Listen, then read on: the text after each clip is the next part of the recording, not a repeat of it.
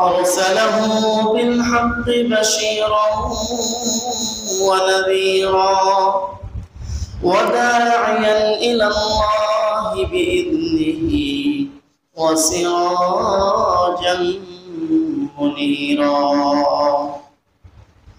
أما بعد فأعوذ بالله من الشيطان الرجيم. بسم الله الرحمن الرحيم. رب هب لي من الصالحين. فبشرناه بغلام حليم. فلما بلغ معه السعي قال يا بني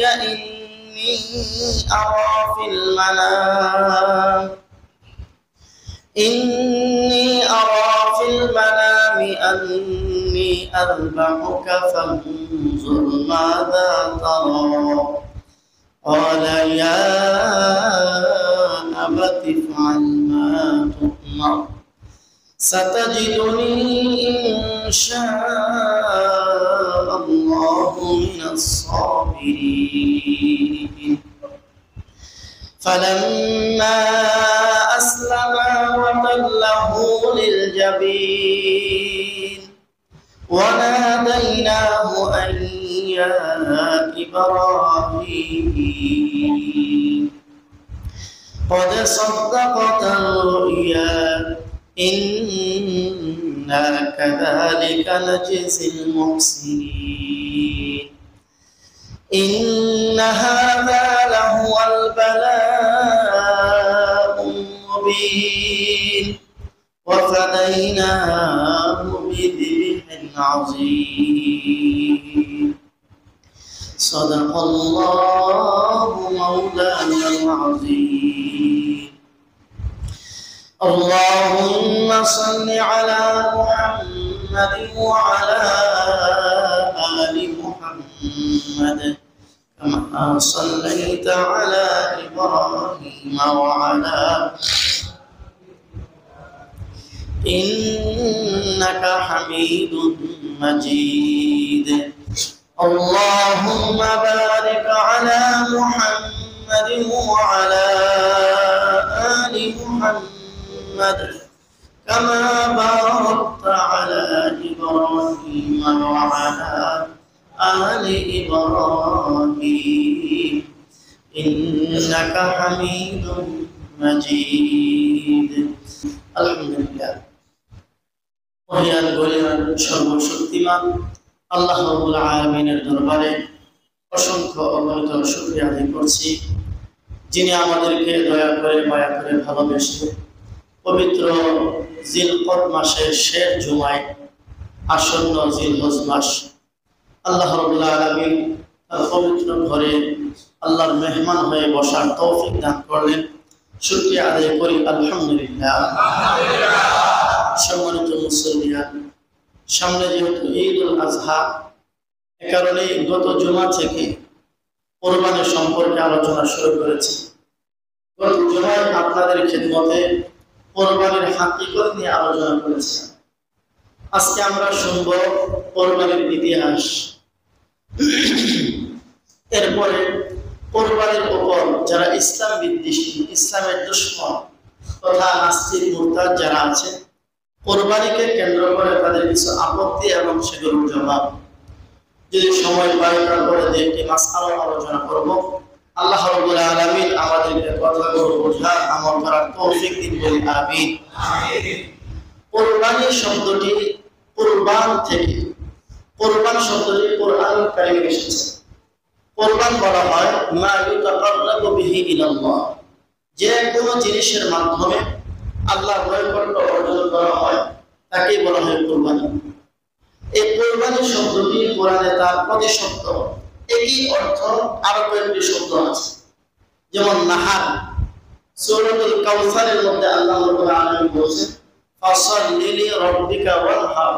ওয়ানহার মানে হচ্ছে নাহার করো, কোরবানি করো।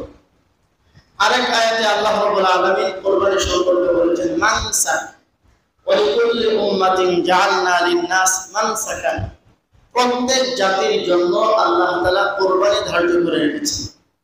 আরেক আয়াতে আল্লাহ বলেন, ইন্না সালাতি ওয়া নুসুকি ওয়া মাহইয়ায়া ওয়া মামাতি লিল্লাহি রাব্বিল আলামিন। ইন্না সালাতি, নিশ্চয় আমার নামাজ, ওয়া নুসুকি আমার কুরবানি, ওয়া মাহইয়ায়া ওয়া মামাতি আমার জীবন আমার মরণ সবকিছু রব্বুল আলামিনের জন্য। এখানে কুরবানি শব্দের আরবি করা হয়েছে নুসুক। তাহলে কুরবান, নাহা, মানসাক এবং নুসুক সবগুলোর অর্থ এমন বস্তু যার মাধ্যমে আল্লাহর নৈকট্য অর্জন হয়। এই কুরবানির ইতিহাস শুধু আমাদের জন্য নয়, সর্বপ্রথম মানুষ হযরত আদম আলাইহিস সালামের দুই সন্তান, একজন হাবিল একজন কাবিল। আমাদের ঘটনা জানা থাকার কথা, কোরআনে আল্লাহ তাআলা এই ঘটনা উল্লেখ করেছেন। হাবিল এবং কাবিল, হাবিল এবং কাবিল দুই ভাই। হাবিলকে কাবিল হত্যা করেছিল ঘটনাকে কেন্দ্র করে। ঘটনাটির সংক্ষেপ হচ্ছে এমন, আল্লাহ রাব্বুল আলামিন হযরত আদম আলাইহিস সালামের বংশের মধ্যে একসাথে দুইজন সন্তান জন্মদান করতেন, একজন ছেলে একজন মেয়ে, অর্থাৎ ভাই বোন। যেহেতু তারাই ছিল প্রথম মানুষ, এছাড়া আর কোনো মানুষ নেই, সুতরাং আল্লাহ তাআলার পদ্ধতি ছিল, বিধান ছিল তখন এমন, এক ভাইয়ের সাথে যে বোন জন্ম হতো তাদের পরস্পরের মধ্যে বিবাহ নিষিদ্ধ। পক্ষান্তরে আরেক ভাইয়ের সাথে যে বোন জন্ম হতো তার সাথে আরেক ভাইয়ের সাথে যে বোন জন্ম হতো তাদের সাথে হতো দূরত্বের সম্পর্ক। যার সারমর্ম হচ্ছে এই, হাবিলের সাথে যে বোনের জন্ম হয়েছে তার বিয়ে হবে কাবিলের সাথে, আর কাবিলের সাথে যে বোনের জন্ম হয়েছে তার বিয়ে হবে হাবিলের সাথে। এটা হচ্ছে তখনকার শরীয়তের বিধান। ঘটনাক্রমে আল্লাহ তাআলার কুদরতের নিজাম, কাবিলের সাথে যে বোন জন্ম হয়েছিল সে ছিল তুলনামূলক সুন্দরী, আর হাবিলের সাথে যে বোনের জন্ম হয়েছিল তুলনামূলক কম সুন্দরী ছিল। আর কাবিল ছিল আল্লাহর বিধান লঙ্ঘনকারী।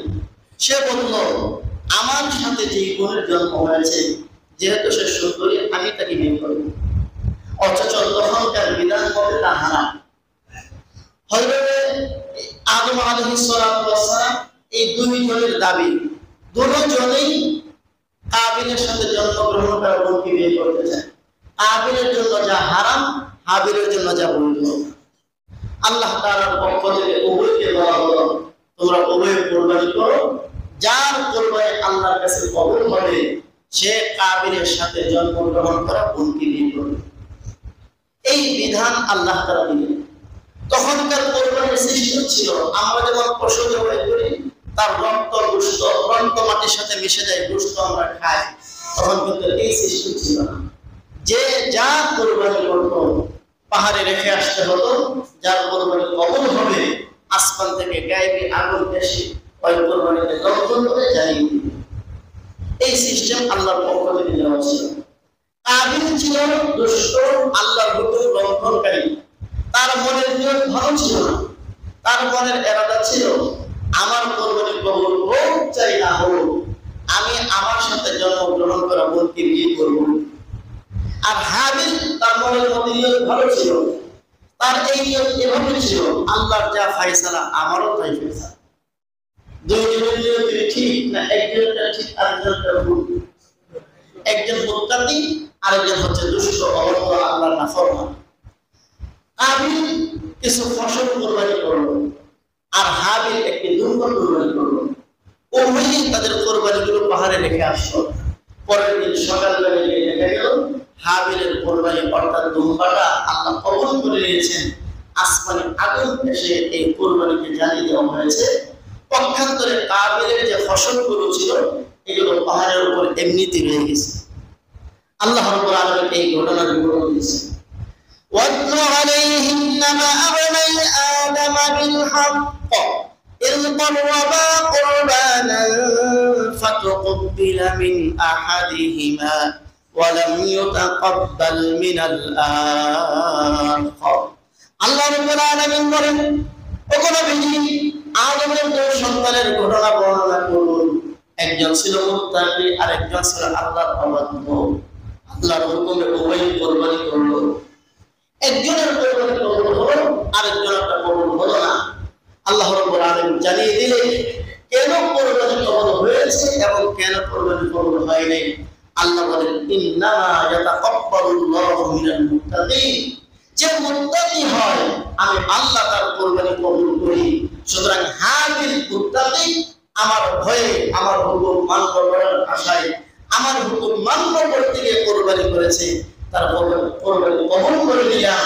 পক্ষান্তরে কাবিল আমার নাফরমান, তার নিয়ত ভালো না, সে মুত্তাকি নয়, এই জন্য তার কুরবানি আমি কবুল করি। যারা আল্লাহর অবাধ্য হয় তাদের অবাধ্যতা সীমার ভিতরে থাকে না, সীমা কখনো কখনো ছাড়ায় যায়। কাবিলের কুরবানি কবুল হয় নাই, সে ক্ষিপ্ত হলো, সে সন্ত্রাসী রূপ ধারণ করলো। কাবিল বলল আমার সাথে বোনকে তুমি বিয়ে করবে তা হতে পারে না, আমি বিয়ে করবো। সুতরাং কি করার দরকার? প্রথমে আমি কদর করবো। কাবিল ছোট্ট ভাইকে হুমকি দিচ্ছে আমি তোকে কতল করবো। ছোট্ট ভাই কিন্তু অত্যন্ত দরদের সাথে বলছে ভাই আমাকে হত্যা করে তোমার কোনো লাভ হবে না, বরং আমাকে হত্যা করে তোমার শাস্তি হবে, তোমার পাপ তোমার উপরে থাকবে। আমিও ব্যক্তিগত জীবনে যত অপরাধ করেছি এগুলো আল্লাহ ক্ষমা করে তোমার কাঁধে উঠিয়ে দিবি, লাভ কি বলবো? কিন্তু শয়তান কাবিলকে প্ররোচিত করলো, কাবিল হাবিলকে হত্যা করলো। এই ছিল পৃথিবীর ইতিহাসে সর্বপ্রথম হত্যাকাণ্ড। فطوعت له نفسه قتل أخيه فقتله فأصبح من الخاسرين। তার নফস, তার মন, শয়তান তাকে প্ররোচনা দিল, আপন ভাইকে হত্যা করলো। এভাবে সে পৃথিবীর মধ্যে যারা নিকৃষ্ট ক্ষতিগ্রস্ত তাদের মুক্ত হয়ে গেল। এবার প্রথম হত্যাকাণ্ড লম্বা ঘটনা সংক্ষেপ করে দিচ্ছি। প্রথম হত্যাকাণ্ড ইতি পড়বে আর কোনো মানুষ মৃত্যুবরণ করে নেই, আর কেউ হত্যার শিকার হয়নি। এই জন্য রাসূল আকরাম সাল্লাল্লাহু আলাইহি ওয়াসাল্লাম বলেছেন পৃথিবীতে অন্যায়ভাবে যত হত্যাকাণ্ড সংঘটিত হবে তার সমস্ত পাপের একটি অংশ কাবিলের আমলনামায় জমা হবে। কারণ সেই প্রথমে অন্যায়ভাবে হত্যা, খুন, এই খুনের অপরাধের সিস্টেম চালু করেছে। কিয়ামত পর্যন্ত সকল খুনের একটি অংশ কাবিলের আমলনামায় জমা হবে। এখন ভাইয়ের লাশ কি করবে? এখন পেরেশান, লাশ নিয়ে ঘুরতেছে, কি করবে? আল্লাহ তাআলা দুটি কাক পাঠিয়ে দিলেন। এক কাক আরেক কাকের সাথে যুদ্ধ করলো, ঝুট দিয়ে খামচে খামচে অপর কাককে ক্ষত করলো, আহত করলো, কাককে মারলো। এক পর্যায়ে নিহত কাকটিকে দাফন করার জন্য জীবিত কাকটি গর্ত খনন করলো এবং সেখানে থেকে দাফন করলো। এই দৃশ্য কাবিল দেখে কাবিলের এই পদ্ধতি অবলম্বন করলো, মাটি খুঁড়লো, গর্ত করলো এবং হাবিলকে দাফন করলো। আল্লাহ তাআলা জানায় দিলেন মানুষ যখন অপরাধী হয়, মানুষ যখন খুনি হয়, মানুষ যখন আল্লাহ অবাধ্য হয়, তার মানসিকতা, তার জৈবিক এবং তার মরণ একটি হাইওয়ান প্রাণী, এমনকি চতুষ্প প্রাণীর চাইতে নিকৃষ্ট হয়। সাধারণ বুদ্ধিটুকুন পর্যন্ত লোপ পেয়ে যায়। একটি কাকের মধ্যে যে পরিমাণ বুদ্ধি বিবেচনা আছে, এতটুকু পরিমাণ বুদ্ধি বিবেচনাও কাবিলের ভিতরে ছিল।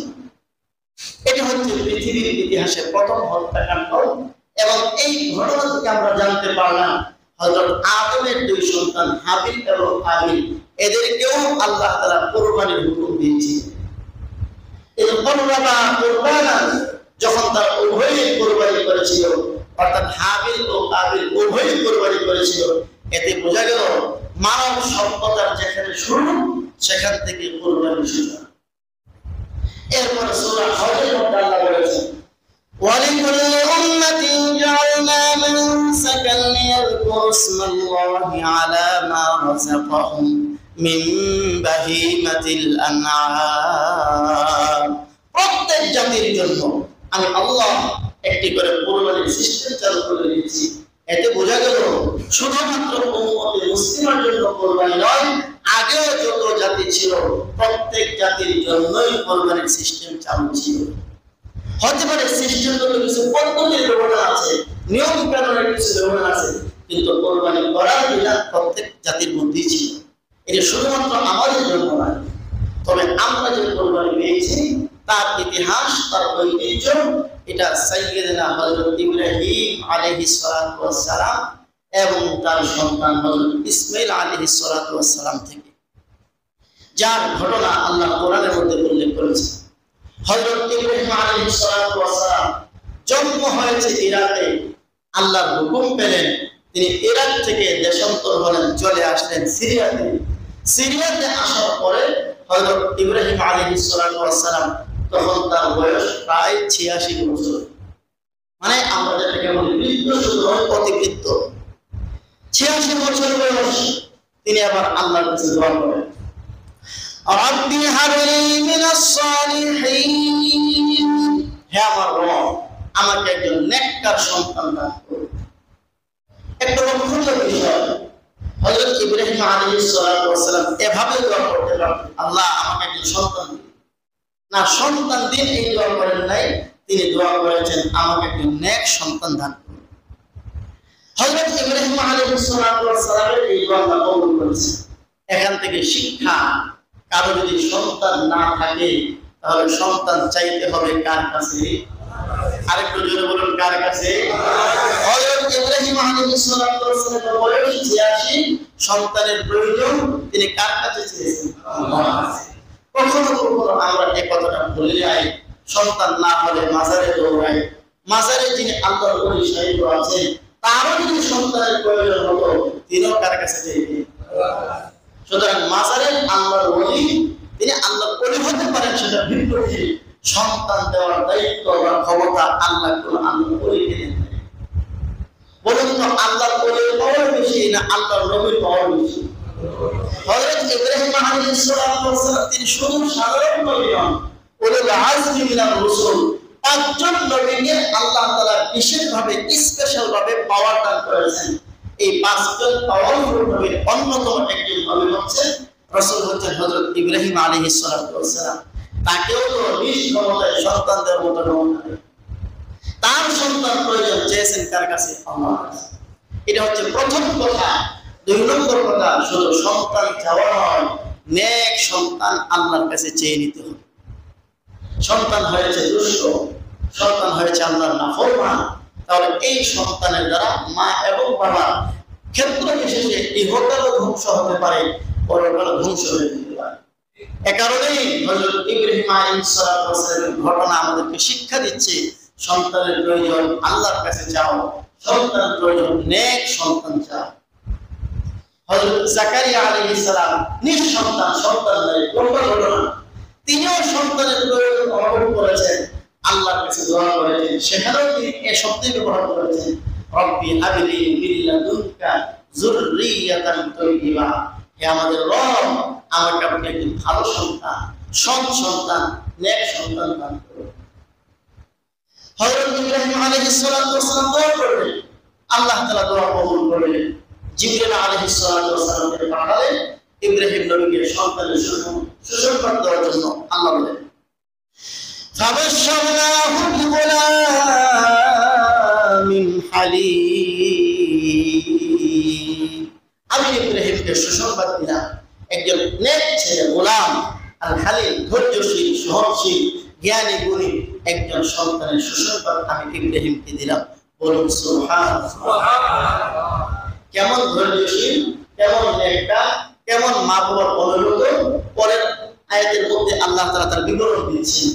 হযরত ইসমাঈল আলাইহিস সালাতু ওয়াস সালামের বয়স প্রায় 13 বছর, অর্থাৎ যিনি বয়সে সন্তানের প্রতি মা বাবার ভালোবাসা, দরদ, টান সবচেয়ে বেশি হয়, ওই বয়সটা হচ্ছে 10, 11, 12, 13 বছর। ঠিক এমন বয়সে কুরআন কারীমে হযরত ইসমাঈল আলাইহিস সালামের বয়স উল্লেখ করা হয়নি, একটা শব্দ ব্যবহার করা হয়েছে, ফালাম্মা বালাগা মা'হু সা'য়া, হযরত ইব্রাহিম আলাইহিস সালাতু ওয়াস সালামের সাথে যখন ইসমাঈল কোথাও যেতে পারেন, চলতে পারেন, দৌড়াতে পারেন, কাজে অংশগ্রহণ করতে পারেন, যে বয়সে সন্তান বাবার পিছে পিছে সব সময় থাকে, কাজে কামে সবকিছুতে, এমন একটা বয়সে যখন ইসমাঈল পৌঁছেছে, এবার হযরত ইব্রাহিম আলাইহিস সালামের জন্য কঠিন পরীক্ষা আল্লাহর পক্ষ থেকে।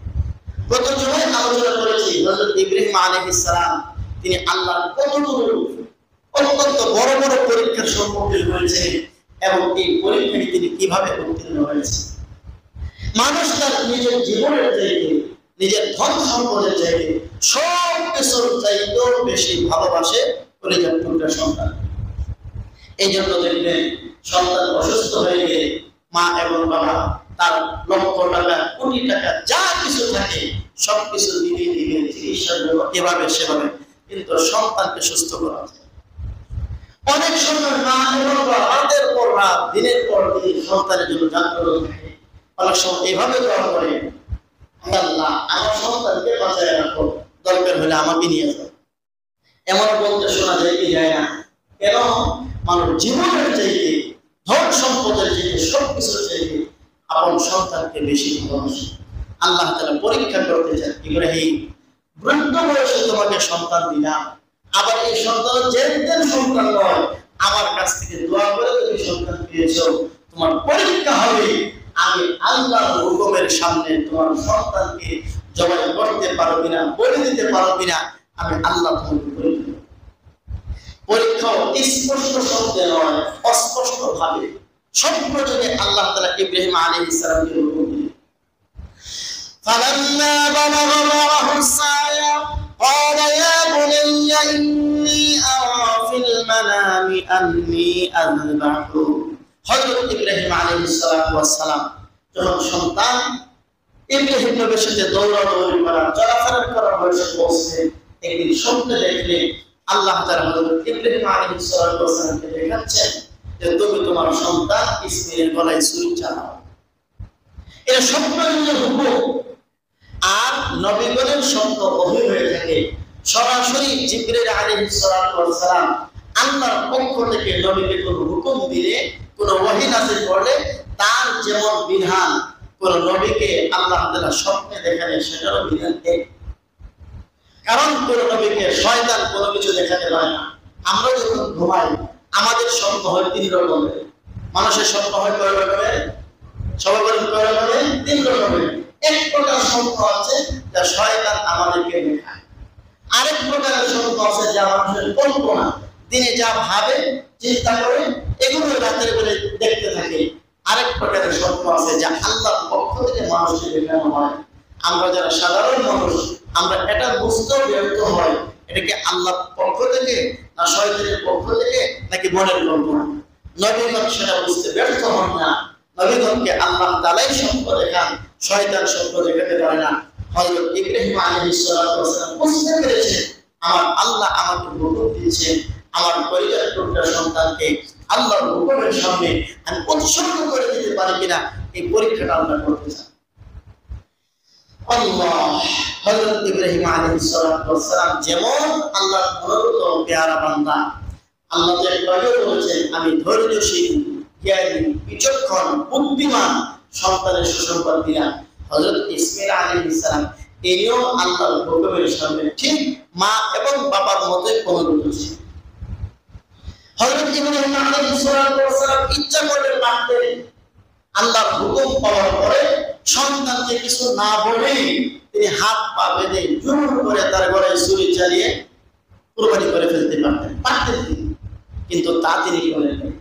সন্তানকে বললেন বাজান আল্লাহর পক্ষ থেকে আমাকে হুকুম করা হয়েছে, আল্লাহ আমাকে নির্দেশ দিয়েছেন তোমাকে জবাই করার জন্য, তোমার মতামত আমি শুনতে চাই। এই মতামত শুনতে যাওয়ার অর্থ এই নয় তুমি যদি রাজি থাকো আমি কুরবানি করবো, তুমি রাজি না থাকলে কুরবানি করবো, এই অর্থ নয়। অর্থ হচ্ছে শুধু পরীক্ষা করা। আমি আল্লাহর হুকুমের জন্য যেমন তোমাকে কুরবানি করতে চাই, তুমিও আল্লাহর হুকুমের সামনে কতটুকু অনুগত আছো তাও আমি একটু পরীক্ষা দিতে চাই। বলবেন না সুবহানাল্লাহ। فلما بلغ معه السعي قال يا بني إني أرى في المنام أني أذبحك فانظر ماذا ترى। হযরত ইব্রাহিম বললেন আমার পরিবার সন্তান শোনো, আল্লাহ রাব্বুল আলামিন আমাকে হুকুম করেছেন তোমাকে জবাই করার জন্য, সুতরাং আমি তোমাকে জবাই করতে চাই, তোমার কি মতামত বলো। যদি আমরা আমাদের সন্তান হতো আর আমরা এই কথা বলতাম আল্লাহর হুকুম হয়েছে বাজান তোমাকে আল্লাহর রাহে আল্লাহর পথে কুরবানি করার জন্য, আমাদের সন্তান 2-4-5টা গাড়ি দিয়ে আমাদের বাড়ি থেকে আমাদেরকে ধাক্কা দিয়ে বের করে দিত। তো বুইরা তুই বুঝার কাম কাজস না, তোর বয়স হয়েছে এখন 99 বছর। হযরত ইব্রাহিম আলাইহিস সালাতু ওয়াস সালামের বয়স তখন প্রায় 99 বছর। 100 বছরের বৃদ্ধ তুই এখন বুইরা বয়সে তোর পুরো মাথা খারাপ হয়েছে, তোর শয়তান এগুলো লেগেছে, এই জাতীয় কথা আমাদের সন্তানরা আমাদের বলে। কিন্তু ইনিও পয়গম্বর হতে যাচ্ছেন কিছুদিন পরেই। আর বাবা আল্লাহর পয়গম্বর কেমন একটা বংশে, মা আল্লাহর হুকুমের জন্য দেশান্তর হয়েছেন, নির্বাসন হয়েছেন। আল্লাহ তাআলা এই মা এবং বাবা এমন দুইজনের গর্ভে এমন সন্তান দান করেছেন। সন্তান কি চমৎকার জবাব দিয়েছেন, আল্লাহ কোরআন করেছেন। قال يا أبت افعل ما تؤمر।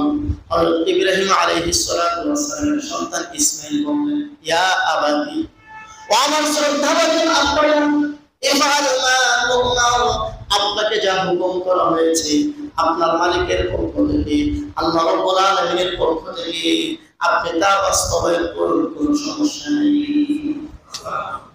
শুধু এতটুকু না, আমাকে জবাই করতে গেলে আমি কি ছোটাছুটি করবো কিনা, দৌড়াদৌড়ি করবো কিনা, অস্থিরতা প্রদর্শন করবো না। অনেক সময় রাজি ঠিক আছে, কিন্তু কষ্টের সময় আমার অধৈর্য হয়ে যায়। হযরত ইসমাঈল আলাইহিস সালাম বাবাকে তিনি আশ্বস্ত করেছেন, আপনি আমাকে ধৈর্যহীন পাবেন না, সাতাজিদুনি ইনশাআল্লাহু মিনাস সাবিরিন, অবশ্যই আপনি আমাকে ধৈর্যশীলদের অন্তর্ভুক্ত পাবেন। এমন নয় আমি মুখে আপনাকে বলছি শুধু সান্ত্বনা হিসাবে, তা কখনো এমন হবে না। আমার আচরণ আল্লাহর হুকুম যখন বাস্তবায়ন করতে যাবে, অবশ্যই আপনি আমাকে ধৈর্যশীল পাবেন। আল্লাহর হুকুমের সামনে আমি কখনো ধৈর্য হব না। আল্লাহ এবার হযরত ইব্রাহিম আলাইহিস সালাতু ওয়াস সালাম এবং সন্তান ইসমাঈল মার কাছ থেকে অনুমতি নিয়ে প্রস্তুতি নিয়ে মিনার ময়দানের দিকে রওনা হলেন। সকলেই জানেন ঘটনা, আল্লাহর ঘর থেকে মিনার ময়দান প্রায় 7-8 কিলোমিটার দূরে। সেখানে কোরবানি করা হবে। হযরত ইব্রাহিম আলাইহিস সালাতু ওয়াস সালাম রওনা হয়েছে। এবার শয়তান খুশি না বেজার? বলুন খুশি না বেজার? পৃথিবীর ইতিহাসে এমন ঘটনা ঘটতে পারে এটা শয়তানের কল্পনাও না। বাবা তার সন্তানকে, কলিজার টুকরা সন্তানকে বৃদ্ধ বয়সে আল্লাহর হুকুমের সঙ্গে জবাই করে দিবে, শয়তান কখনো চায় না। ইসমাঈল আলাইহিস সালামকে ডিস্টার্ব করা শুরু করছে।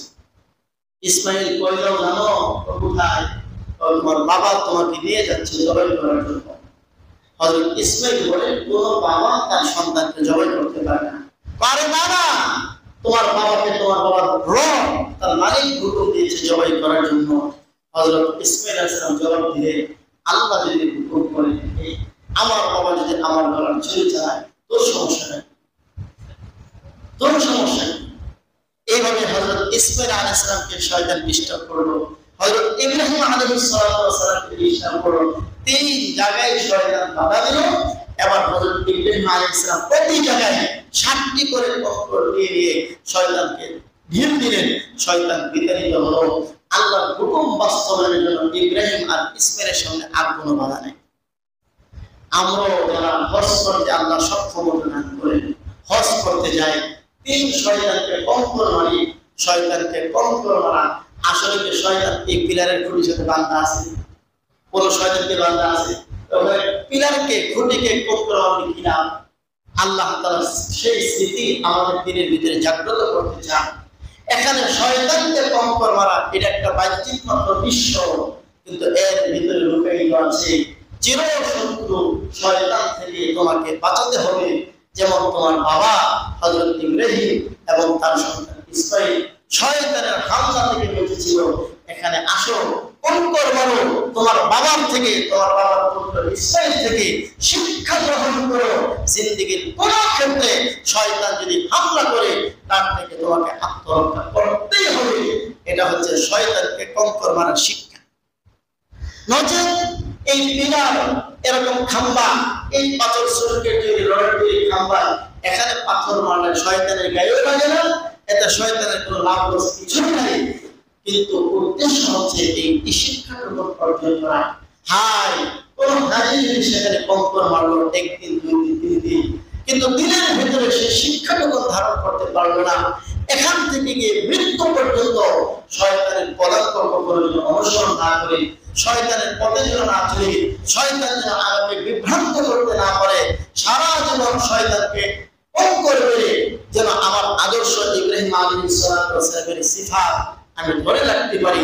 প্রতি বছর ওখানে অঙ্কর মারার মাধ্যমে এই শিক্ষা তিনি জাগ্রত রেখে যদি চলতে পারে, এটা হচ্ছে প্রকৃত কাজ। কিন্তু হাজিরুন সেখানে যাওয়ার পরে আবেগ আপ্লুত হয়, কেউ জুতা মারে, কেউ ছাতা মারে, যার কাছে যা থাকে তাই মানে, অথচ যার কাছে যা থাকে তাই মারা কিন্তু বিধান নয়। বিধান হচ্ছে কঙ্কর মারা। কঙ্কর আল্লাহ রাসূল আবার শিক্ষা দিয়েছেন কত বড় কঙ্কর হবে, বড় ইট পাথর না, আবার একদম ছোট ছোট বালি পড়াও না, 2 আঙ্গুলের মধ্যে রাখালে চোরাপুটের মতো পরিমাণ কঙ্কর মারবে।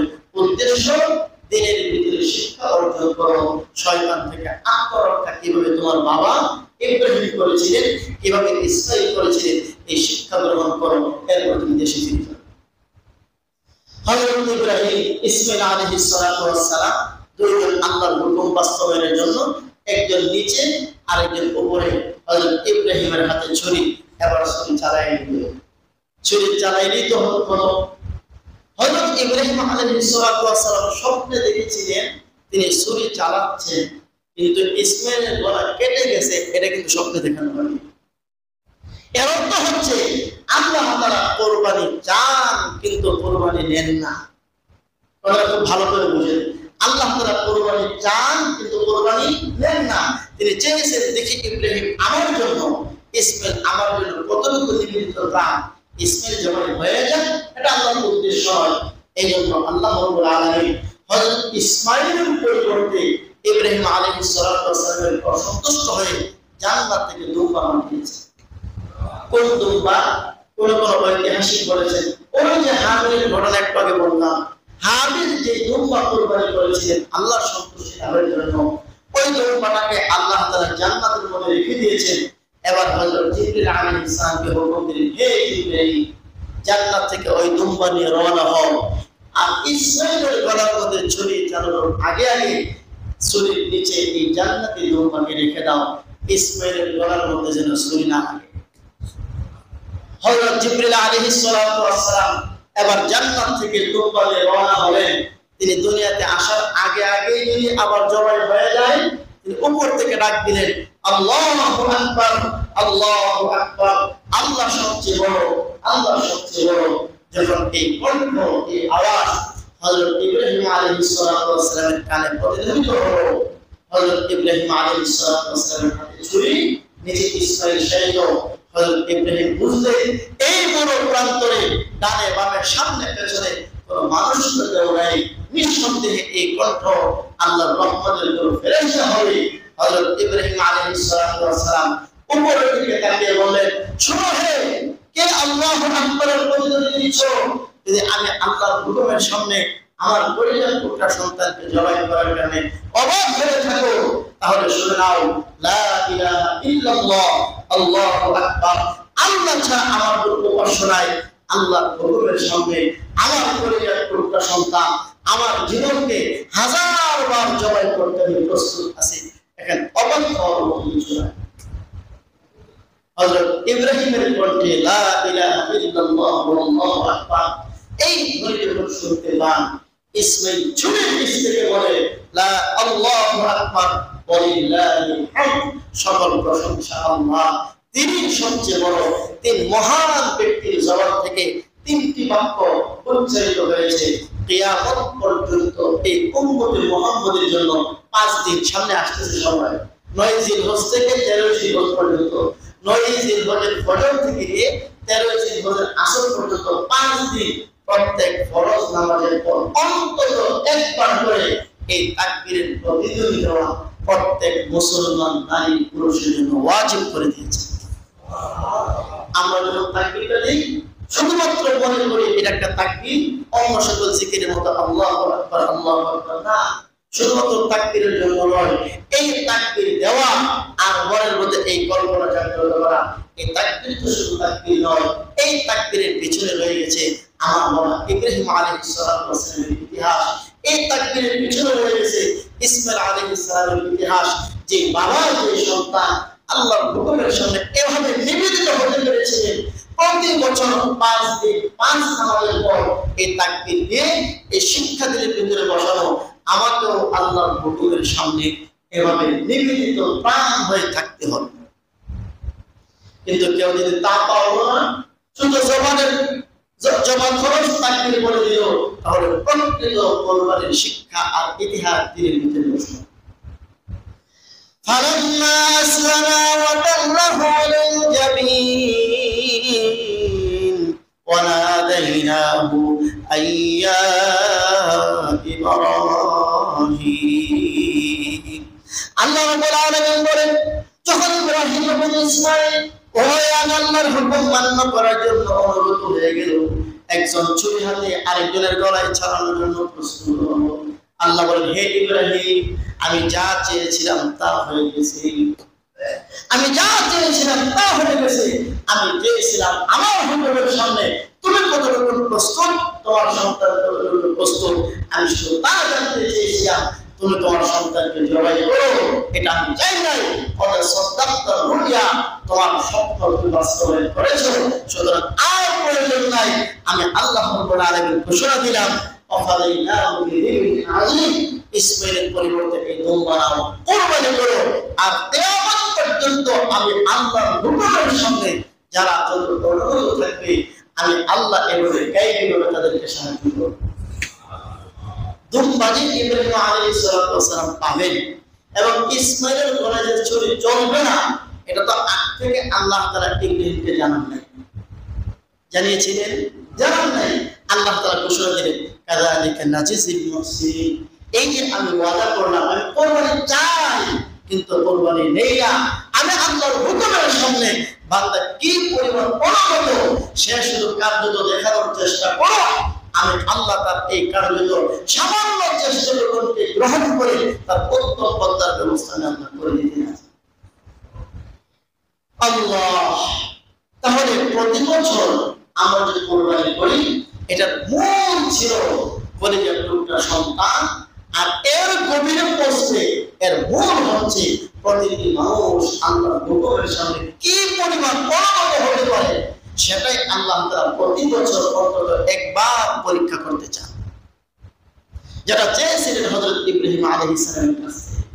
সুতরাং বাহ্যিকভাবে পশুর গলায় ছুরি চালানোর সময় এই কল্পনা দিনের ভিতরে জাগ্রত করা, এই পশু তো পশু নয়, এই পশু ছিল হযরত ইসমাঈল, এবং ইসমাঈল নয়, এটি ছিল আল্লাহর পথে আল্লাহর পয়গম্বর, তার জীবনের সবচেয়ে ভালোবাসার মহব্বতকে জড়াতে দেওয়া। আমি এখান থেকে এই শিক্ষাটুকু গ্রহণ করতে চাচ্ছি। আল্লাহ তাআলা কোরআনের আয়াতে কথা বলেছেন, লা ইয়ানালুল্লাহা লুহুমুহা ওয়ালা দিমাউহা ওয়ালাকিন ইয়ানালুহুত তাকওয়া মিনকুম। আল্লাহ বলেন, শোনো শোনো, লা ইয়ানালুল্লাহা লুহুমুহা ওয়ালা দিমাউহা, অদুনিয়ার মানুষেরা তোমরা যে কোরবানি করো, এই কোরবানির গোশত, এই কোরবানির রক্ত আমি আল্লাহর কাছে পৌঁছে না, রক্ত মাটির সাথে মিশে যায়, গোশত তোমরা খেয়ে ফেলো। ওয়ালাকিন ইয়ানালুহুত তাকওয়া মিনকুম, তোমাদের দিলে কি আছে এটা আমি আল্লাহর কাছে পৌঁছে। দিলে কি এটা আছে? তুমি কোটি টাকার সম্পদের মালিক, তাই তুমি 5 লক্ষ টাকা দিয়ে কোন কোরবানি না করলে মানুষে কি বলবে? নাকি দিলে এটা আছে আল্লাহ হুকুম করেছেন, আসলে আমার সন্তান জবাই করার প্রয়োজন হলে করবো, আমার জীবন দেওয়ার প্রয়োজন হলে দেবো, আমাকে আল্লাহ যখন যা দিতে বলেন তাই দেবো। সুতরাং আল্লাহর হুকুম হয়েছে, আল্লাহ কোরবানি করার, তাই কোরবানি করছি। তোমার দিলে কি আছে সেটা আল্লাহ জানে। ولكن يناله التقوى منكم كذلك سخرها لكم لتكبروا الله على ما هداكم وبشر المحسنين. الله বলেন, كذلك سخرها لكم لتكبروا الله على ما هداكم। এই যে বিশাল প্রাণী একটা উট, কি পরিমাণ শক্তি তার গায়ে, একটা মহিষ কত শক্তি তার গায়ে, এই উট, মহিষ, গরু, বড় বড় গরু 5 জন 10 জন মিলেও একটা গরুকে শোয়াইতে পারে না, এরপরও এমন গরুকে জবাই করতে পারে মানুষ।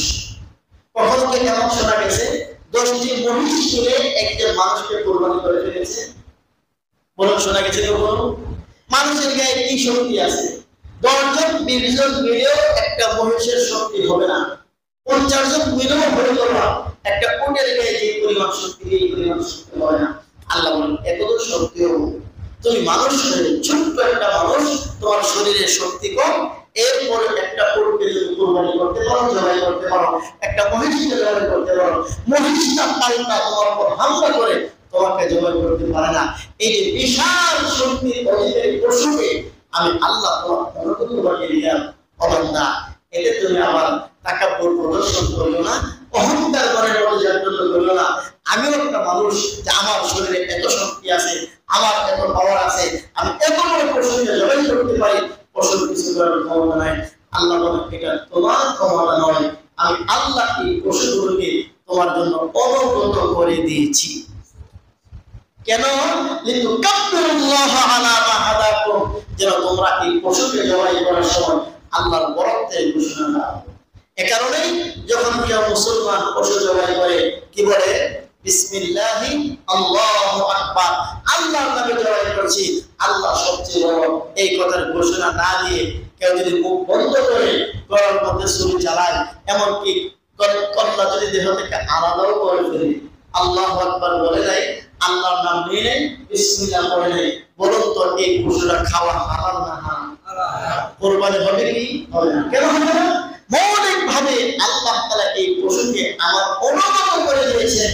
আল্লাহ যেন বলতে চান, আমার দেওয়া পশু আমি তোমার অনুগত করলাম, তোমার মধ্যে বুদ্ধি দিলাম, তোমার মধ্যে যোগ্যতা দিলাম, তুমি পশু জবাই করতে পেরেছো, আর পশু জবাই করেছো আমার নামটাই বুঝে গেলাম, সুতরাং এই পশু তোমার জন্য খাওয়া হারাম। অবশ্যই মুহসিন, আল্লাহ বলেন মুহসিন যারা হয়, সত্যের মুহসিন যারা হয়, আমি আল্লাহর পক্ষ থেকে জন্য সুসংবাদ। পশু জবাই, তোমরা পশু জবাই করলা, পশুর গোশত তোমরা খাইলা, আত্মীয়স্বজনদেরকে খাওয়াইলা, মজা তোমরাই করলা, ভোগ তোমরাই করলা, আবার পুরস্কার তোমরাই পাইলা। এটা সবচেয়ে শুধুমাত্র নিয়তের বরকত। আল্লাহ সামনে কোরবানি আসতেছে, আল্লাহ রাব্বুল আলামিন আমাদের সকলকে আল্লাহ সন্তুষ্টি অর্জনের জন্য কোরবানি করার তৌফিক দিন, বলুন আমিন। এই কোরবানি যখন আসে, কিছু কিছু সাহিত্যিক, পণ্ডিত, ইসলামী যারা দুশ্মন, নাস্তিক, মোরতাদ, এই জাতীয় কিছু টাইপের মানুষ কোরবানিকে কেন্দ্র করে তারা ছড়া তৈরি করে, নাটক তৈরি করে, বিভিন্ন লেখালেখি করে। এর মধ্যে তাদের বড় আপত্তি যে মুসলমানরা যদি কোরবানি করে, এই কোরবানির পশুরা যদি জবাই না করে, তার মূল্য যদি গরিব মানুষকে দিয়ে দিত, কতই লাভ আছে না? এমন কখনো কখনো তাদের এই সমস্ত কথা আমাদের মনের মধ্যে প্রশ্ন আসতে পারে, কথা তো ঠিকই, এত করে পশু জবাই না করে গরিব মানুষকে দিয়ে দিলে কতই লাভ হলো? বলুন তো, পৃথিবীতে ইসলাম ধর্ম ছাড়া আর কোন ধর্ম বর্তমানে এমন আছে কি অন্তত একদিনের জন্য হলেও সকল মানুষের এক বেলার জন্য হলেও একটা গোশত দিয়ে উন্নত মানের খাবারের ব্যবস্থা করে দেওয়া আছে? বলুন আছে কি? আচ্ছা, আমরা যারা আল্লাহ বিশ্বাস করি, রাসূল বিশ্বাস করি, যারা কোরবানি করি, আমরা যারা কোরবানির পশু জবাই করা, ওই নাস্তিক গুলো কি কোরবানির মতো করে টাকা সরকার করছে? ওরা তো সরকার করছে না। বোঝা গেল দান থেকে সারা হয়ে আল্লাহ তাআলা কোরবানির পশু আমাদের জবাই করার হুকুম দিয়েছেন। প্রথম কথা হচ্ছে এখানে যুক্তির প্রয়োজন নেই, আল্লাহর হুকুম। দুই নম্বর কথা হচ্ছে এই পশুর মালিক যিনি, তিনি তো হুকুম করেছেন, সুতরাং পশুর মালিক তো আল্লাহ, যিনি পশু তৈরি করেছেন তিনি হুকুম দিয়েছেন। তোমার কাছে মায়া কান্না কেন? বোঝা গেল সমস্যা আছে। 3 নম্বর, আল্লাহ তাআলা এই পশু আমাদের জন্য হালাল করে দিয়েছেন, আমরা নিজেরাও খাবো। আল্লাহ তাআলা বলেছেন ফাকুলু মিনহা ওয়া আত'ইমুল বাকিসাল ফাকির, কোরবানির গোশত নিজে খাও, আশপাশে গরিব মানুষকে খাওয়াও। নবী আরেক হাদিসে বলেছেন কুলু ওয়া আত'ইমু ওয়াস্তাগফিরু, খাও খাওয়াও, প্রয়োজনে মাঝে মধ্যে কিছু জমা করে রাখো, নিষেধ নেই। এইভাবে পুরো পৃথিবীতে আল্লাহ তাআলা এই সিস্টেম চালু করে 1-2 দিনের জন্য হলেও অন্তত সকল মানুষের আল্লাহ তাআলা উন্নত খাবারের ব্যবস্থা করে দিয়েছে। মুসলমান এই পুরো গোশতটা খাচ্ছে না, কিছু অংশ নিজে খায়, গরিব মানুষকে খাওয়ায়। এইভাবে কিন্তু পুরো পৃথিবীতে গরিব মানুষের জন্য অন্তত 2-3 দিন চমৎকার ভাবে ভালো খাবার ব্যবস্থা হচ্ছে, যেটা একমাত্র ইসলামের বরকত। আবার প্রশ্ন তোলা হয় এইভাবে এত পশু জবাই করে, পশু শেষ হয়ে যাবে। দেখুন একটা কুত্তি বছরে 2 বার 3 বার বাচ্চা দেয়, আবার অনেকজন 5টা 7টা বাচ্চা একসাথে দেয়। দেখবেন বাজারের মধ্যে রাস্তাঘাটের মধ্যে কয়টা কুত্তি পাওয়া যায়? পক্ষান্তরে গরু 2-3 বছর পরে একটা বাচ্চা দেয়, তাও একটা। কিন্তু আল্লাহর মেহেরবানিতে আজ পর্যন্ত কোথাও শোনা যায়নি যে অমুক দেশে কোরবানির জন্য পশু পাওয়া যাচ্ছে। কারণ যেই জিনিসের প্রয়োজন তত বেশি, আল্লাহ তাআলা তার উৎপাদন তত বেশি করে দেন। যেই জিনিসের প্রয়োজন তত কম, তার উৎপাদন কম। সুতরাং সারা পৃথিবীর মানুষ যদি আল্লাহ এই হুকুমকে লঙ্ঘন করে আর এই কথা বলে আমরা কোরবানি করবো না, কারণ যদি পশু কমে যায় আল্লাহ কসম করে বলতে পারি 1-2-3 বছর পরে দেখবেন পৃথিবীতে গরুর সংকট দেখা দিচ্ছে। কেন? তবে কোনো প্রয়োজন নাই। আল্লাহ তাআলা যেই জন্য চান তিনি এর ব্যবস্থা করে দিবেন। সুতরাং আল্লাহর হুকুম পালন করতে গিয়ে, আল্লাহর সন্তুষ্টি অর্জন করতে গিয়ে আমরা কোরবানি করবো। কে কি বলবো না বলবো এই সমস্ত যুক্তি আর আপত্তির পিছনে মুসলমান কোরবানি করে না। আমরা আল্লাহ বিশ্বাস করি, পরকাল বিশ্বাস করি। আমাদের রাসূল আকরাম সাল্লাল্লাহু আলাইহি ওয়াসাল্লাম ইনি 1 বছর 100 কোরবানি দিয়েছেন। আল্লাহ তাআলা আমাদেরকে আল্লাহর সন্তুষ্টি লাভের জন্য, তাকওয়া হাসিলের জন্য কোরবানি করার এবং ইহপরকালে ধন্য হওয়ার তৌফিক দান করুন। আমিন। ওয়া আখিরু দাওয়ানা।